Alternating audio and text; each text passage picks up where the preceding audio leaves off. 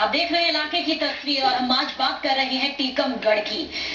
टीकमगढ़ से सांसद हैं बीजेपी के डॉक्टर वीरेंद्र कुमार खटीक, जिन्हें जनता ने अपनी सेवा का मौका दिया, लेकिन वो अपनी सेवा से जनता को कितना खुश कर सके, कितने ऐसे वायदे हैं जिन्हें वो निभा सके और कितने ऐसे काम हैं जो आज भी पूरे होने का रास्ता देख रहे हैं। इलाके की तस्वीर में इस तस्वीर पर नजर डालिए।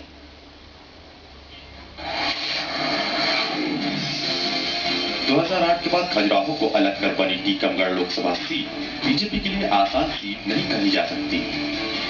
वर्तमान में बीजेपी के डॉक्टर वीरेंद्र कुमार खटीक यहाँ के सांसद हैं। वीरेंद्र कुमार खटीक सागर से सांसद रह चुके हैं, जबकि कांग्रेस के वृंदावन अहिरवार टीकमगढ़ के ही हैं और इस इलाके के विधायक रह चुके हैं। स्थानीय होने के बावजूद वृंदावन अहिरवार को वीरेंद्र कुमार से शिकस्त झेलनी पड़ी। पिछले चुनावों में बीजेपी के वीरेंद्र कुमार को 2,01,09 वोट मिले, जबकि कांग्रेस के वृंदावन अहिरवार को महज 1,58,247 वोट मिले। हार का अंतर 41,862 रहा। मौजूदा बीजेपी सांसद डॉक्टर वीरेंद्र कुमार खटीक के राजनीतिक सफर पर नजर डालें तो 1977 से 1979 तक सागर जिले में अखिल भारतीय विद्यार्थी परिषद के संयोजक रहे। 1996 में 11वीं लोकसभा के लिए निर्वाचित हुए। 1998 में 12वीं लोकसभा के लिए दूसरी बार निर्वाचित हुए। 1999 में 13वीं लोकसभा के लिए तीसरी बार निर्वाचित हुए। 2004 में 14वीं लोकसभा के लिए चौथी बार निर्वाचित हुए। 2009 में 15वीं लोकसभा के लिए 5वीं बार भी वे ही निर्वाचित हुए। इस बार के चुनावों में अपने कामों के दम पर डॉक्टर वीरेंद्र खटीक अपने किए गए कामों से बीजेपी की राह आसान करने का दावा करते हैं। देखिए, पिछले कार्यकाल में जो काम मैंने सोचे थे वो काम लगभग सभी हो गए हैं। आने वाले वक्त में केंद्र में एनडीए की सरकार निश्चित रूप से बनेगी, लेकिन सांसद के कामों को लेकर सवाल भी अपनी जगह बनाए हुए हैं। इन सवालों के पीछे वो काम है जो सांसद के वादे में तो शुमार रहे, पर जमीन पर नहीं उतरे। मसलन सिंचाई के लिए बांध निर्माण का वादा अधूरा है। खड़गापुर बलदेवगढ़ महाविद्यालय नहीं खुला। स्टेडियम का निर्माण नहीं हुआ। चिकित्सा केंद्रों में डॉक्टरों की नियुक्तियां भी नहीं हुई। गांव-गांव तक पीने का पानी नहीं पहुंच सका। बेरोजगारी, पलायन की समस्या हल नहीं हुई। मेडिकल कॉलेज खुलवाने का वादा अब भी अधूरा है। जनता के लिए कोई मूलभूत समस्याएं और जो उनकी है वो यथावत बनी हुई है। ना आज कोई विशेष काम यहाँ हुए हैं टीकमगढ़ क्षेत्र में, ना ही कैसे सांसद को पुनः चुनना चाहेंगे? नहीं, हम तो बिल्कुल नहीं चुनना चाहेंगे। लेकिन ऐसा नहीं है कि क्षेत्र में सांसद के काम नहीं दिखे। सांसद डॉक्टर वीरेंद्र कुमार खटीक ने कई स्तरों पर तस्वीर को बदलने की कोशिश की है। एक नजर उन कामों पर भी डालें जो सांसद ने किए हैं। छतरपुर में थर्मल पावर प्लांट के लिए पहल की। छतरपुर यूनिवर्सल सिटी की स्थापना की। ओरछा के लिए 2 पुलों का निर्माण करवाया। कृषि उपज मंडियों में वेयर हाउस, टीन शेड का निर्माण हुआ। धजरे से छतरपुर तक 101 किलोमीटर सड़क आरडीएस स्वीकृत कराई। निवाड़ी बाईपास की स्वीकृति मिली। टीकमगढ़ जिला अस्पताल में एम्बुलेंस दी। टीकमगढ़ जिला अस्पताल में स्पेशल वार्ड बनवाया। 75 स्कूलों में बाउंड्री वॉल बनवाई। बलदेवगढ़ कस्बे में हाट बाजार का निर्माण करवाया। चाहे वो रेल की बात हो या पर जामनी बेतवा नदी पर पुल की बात हो, चाहे कैन बेतवा नदी को जोड़े जाने वाली बात हो, तो हमारे क्षेत्र से संबंधित जो विषय हैं उन विषयों के साथ ही साथ राष्ट्रीय स्तर के मुद्दे जो हैं, जो आम जनता के साथ में जुड़े रहते हैं, उनको जुड़ाने में मैं कहीं पीछे नहीं रहा।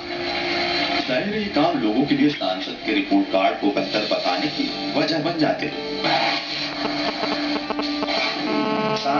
हमारे माननीय सांसद जी को जितनी भी सांसद निधि मिली है, उन्हें समान रूप से सभी में इसका वितरण किया है और सभी लोगों को, सभी तबकों को उन्होंने इसका लाभ दिलवाया। हम इस प्रकार के सांसद को 100 में से 100 नंबर देंगे। हालांकि कांग्रेस के पास सांसद के कामों पर सवाल खड़े करने के अपने तरीके हैं और वो भ्रष्टाचार के जरिए निशाना साधती है। और यहाँ आज सारी गड़बड़ियां उजागर हो रही हैं, भ्रष्टाचार उजागर हो रहा है, तो नेता कहीं ना कहीं इसीलिए कमजोर हो रहे हैं कि वो या उनके कार्यकर्ता इस काम में जब लिप्त है तो अधिकारियों के दबाव में उन्हें रहना पड़ता है। वरना अगर ईमानदारी से काम करेंगे तो दम से अपनी बात कह सकते हैं और हमें क्या करने की जरूरत है।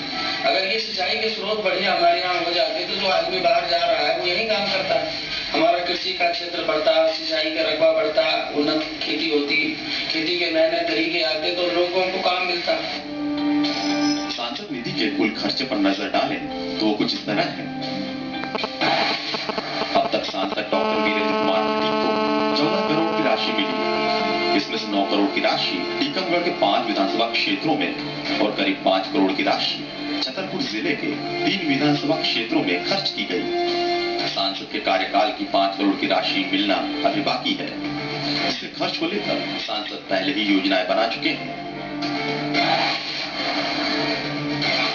बहुत ही अभिनव प्रयोग मैंने अपने संसदीय क्षेत्र में किया हुआ है और पहले साल से ही सांसद निधि को बांटने का निर्णय मैंने नहीं लिया। ये निर्णय जनता के बीच में बैठकर बजट सत्र की समाप्ति के बाद मैं साल में एक दिन जो है ना अपने संसदीय क्षेत्र के प्रमुख लोगों को बुलाता था, पार्टी के लोगों को भी बुलाता था और उनको बिठाकर उनसे इस बात का मैं निर्णय कराता था कि सांसद निधि को किस गांव में या नगरीय क्षेत्र में कहां पर किस काम के लिए देना है, उसके लिए एजेंसी क्या रखी जाना है। तो ये सारा का सारा निर्णय जन भागीदारी के माध्यम से। टीकमगढ़ सीट पर बीजेपी का भगवा लंबे समय से लहराता रहा है।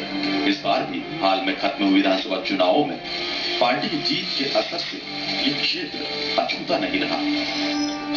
हालांकि कांग्रेस नए सिरे से इस किले को जीतने के लिए एड़ी चोटी का जोर जरूर लगाएगी। बीजेपी के लिए उत्साह से भरे होने की वजह क्षेत्र की कद्दावर नेता उमा भारती का इस बार पार्टी में होना भी है।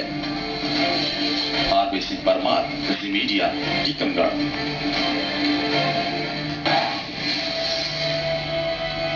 और टीकमगढ़ की विधानसभा की तस्वीरें देखें तो बीजेपी यहां मजबूती के साथ खड़ी नजर आती है। जाहिर है इसका असर यहां के लोकसभा चुनावों में भी दिख सकता है, लेकिन कांग्रेस के लिहाज से देखें तो ऐसा नजर नहीं आता।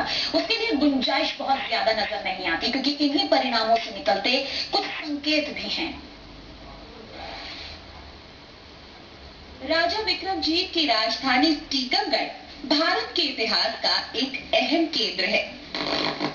समृद्ध इतिहास के तने से निकली इस वर्तमान की शाखाएं लगातार यहाँ एक विशेष वर्ग के वर्चस्व को लेकर स्थापित है। लिहाजा इसी पैमाने पर कसी जाती है इस क्षेत्र की राजनीतिक तस्वीर, जो विकास की राह तलाशती है। बुंदेलखंड के इस खंड में 8 विधानसभाएं हैं।